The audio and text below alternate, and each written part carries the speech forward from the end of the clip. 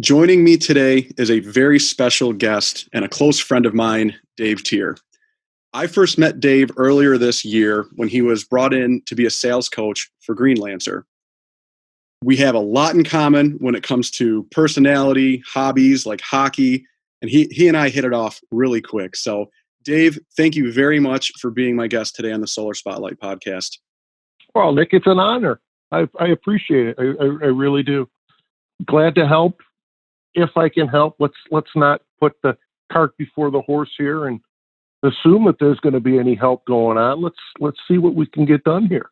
Absolutely. Well, the proof is in the pudding. So I can sit here and I can talk all day long about how much you've personally helped me and helped GreenLancer. But what I want to do in the spirit of giving for the holidays this year is share with all of our solar contractors tips and tricks that you've taught me as to how they can actually help close more solar jobs. Now, my past comes as a solar contractor where I've sold jobs and I've been through it. I know what it's like out there. But where I'm at now, more on the design and engineering side, I think a lot of the stuff that I learned from you, Dave, can absolutely be applied in the field. So we'll get into that in just a second, but maybe you could quickly tell everyone a little bit about yourself and what you do and how you got involved with GreenLancer. Okay. Well, I started off in this business years ago. I know I started in the training and coaching business in '97, and that was a springboard from me being on the client side. So there was a time, early '90s, mid '90s, where I was a client of a wonderful sales training organization based in Southfield. And I fell in love with the material. I just absolutely embraced it. There's always somebody like that. Even now in my client base, you get a big enough group of people, there's always somebody or a few people that really, really engage and participate and want to learn. And that was me, to the point that I left my company and went to work for this organization. So in '97, January of '97, I cashed it all in, went 100% commission, built this business from Zippo, and have been doing it ever since. I've since gone on my own and left that organization, but it's all I know how to do. And what it is, if you think of our geography, right, we're in the Metro Detroit area, the Tri-County area, really here in Michigan, just a glut of certainly suppliers to the auto industry. So a very technical crowd, analytical group of folks, companies with custom design solutions, not just to the auto industry. A lot of my clients are technically, acumened in nature. They're just technical folks. So what I've had to do is take a systematic way to approach sales training, and make it work for folks that don't necessarily go to bed at night proud to be salespeople, right? It's a very, very systematic approach to selling, but it's not hardcore sales training. It can't be hardcore sales training. If it was hardcore sales training, a lot of people wouldn't do it because it would look like they're selling. So I've become successful taking material and making it sticky, if you will, helping engineers, designers, program managers, folks that aren't, quite frankly, salespeople, help them be successful growing a business because they can follow a systematic approach to asking questions, qualifying questions, setting expectations, and moving a sale along the path. Now, you said something interesting, Nick. You said it would be neat if we could share some of these tips and tricks and suggestions on how we've helped you close sales. I'll remind you, and you'll know, you'll quickly adjust. It's less about closing sales. If I had a dime for everybody that asked me for help with closing sales, I'd have a whole stack of dimes. I mean, the stack would hit the ceiling and back a few times. What I find deeper into the conversation is most people don't need help closing sales. Most people don't need help with the close. What they need help with is opening, qualifying questions, setting expectations, asking the tough questions, uncovering budgets, but making sure they're talking to the right person that has decision-making authority.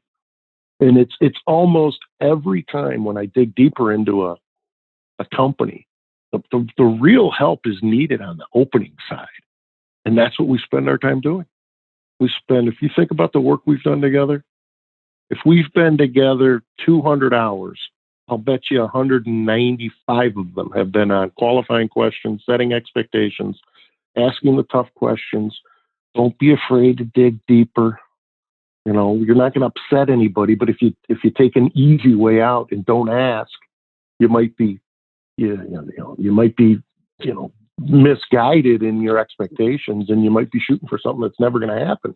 Absolutely. You're just not qualified. And So, with you saying all of that, I truly believe that our most valuable asset as human beings, take your career out of the equation, as human beings, it's time.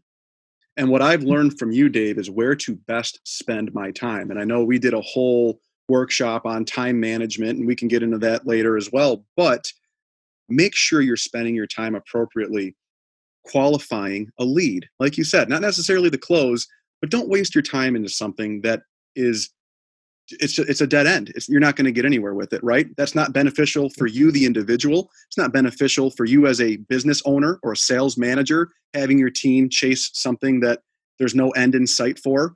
That's just one of the most important things that I've learned from you this year in 2020. So you and I have discussed and boiled down about 12 topics that it's not going to come anywhere near scratching the surface on all the things that I've learned from you and GreenLancer as a company has learned from you this year.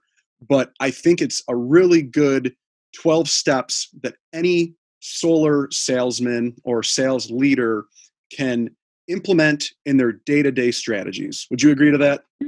yeah, that's a great way to put it. These are 12 zingers for sure. If there were 12 thick threads woven through the material, these would be the 12. So it's a good way to put it. Well, Very good way to put it. Yeah, let's dive right into what we believe is the first and most important thing when it comes to qualifying a new solar lead or opportunity, and that is pain. Dave, can you touch a little bit on pain and what to look for in your lead? Yeah, as a solar installer, you've really got to step away from what you know technically. You've got to really almost have an out-of-body experience when you meet with prospects and would-be customers, because what you know isn't what they know, right? You know why they need it, what it does, and how it will help. That's great. What they need, what I would need if I were a consumer, of solar, what's my pain? What's the problem I'm having? That's where you need to generate your discussion. So many salespeople in a technical sale spend time technically speaking, and all that does is get their needs met. Right? When you talk the talk and pump yourself up, you're getting that good feeling of, oh my God, I know my stuff. But remember who you're doing it with. You're doing it with Dave and Katie Tier at their kitchen table. And it's going right over their head. What are we celebrating? You really got to boil it down to find out what is your prospect's pain. So let's identify the top three, Nick, in your old world. Yep. What's the consumer's three main reasons for having solar installed on their roofs? Yeah, so if I were to boil it down to three, the first two are what I like to refer to as the two greens. There's the environmental green. That could be a reason why they want to go solar. There is the money green, right? Everyone loves saving money. And if they see their power bill continuing to go up, that's probably the reason that they want solar.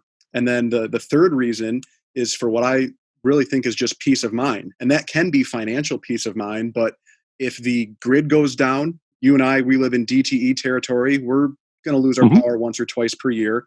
I want to have a system in place, a renewable system where I don't need a diesel generator to back my house up. I can have solar, I can have a battery, and I can get by through the next day or two. So that's what I would say I've always seen be the three main reasons people inquired about solar. Well, so if I were to start Dave tier solar installation tomorrow without knowing anything other than what you just said, I'd have discussions about DTE on electric bills. I'd have discussions about being environmentally conscious, if that's important to somebody. And I'd have discussions around what happens if, right? What happens if the grid goes down? Those are problematic discussions. Those aren't fun discussions. Those are pain indicative conversations. That's the real reason somebody's going to invest in having this installed in their house. And that's how I'd have my discussions. It's I say this, I reduce it right to ridiculousness, right? When you have heartburn, you don't care that the antacid ingredient invented by scientists such and such with the chromium plated biofunction is working. All you care is get rid of my heartburn. So have the discussion about heartburn. Have the discussion about the reflux. You've got the Tums. You've got it.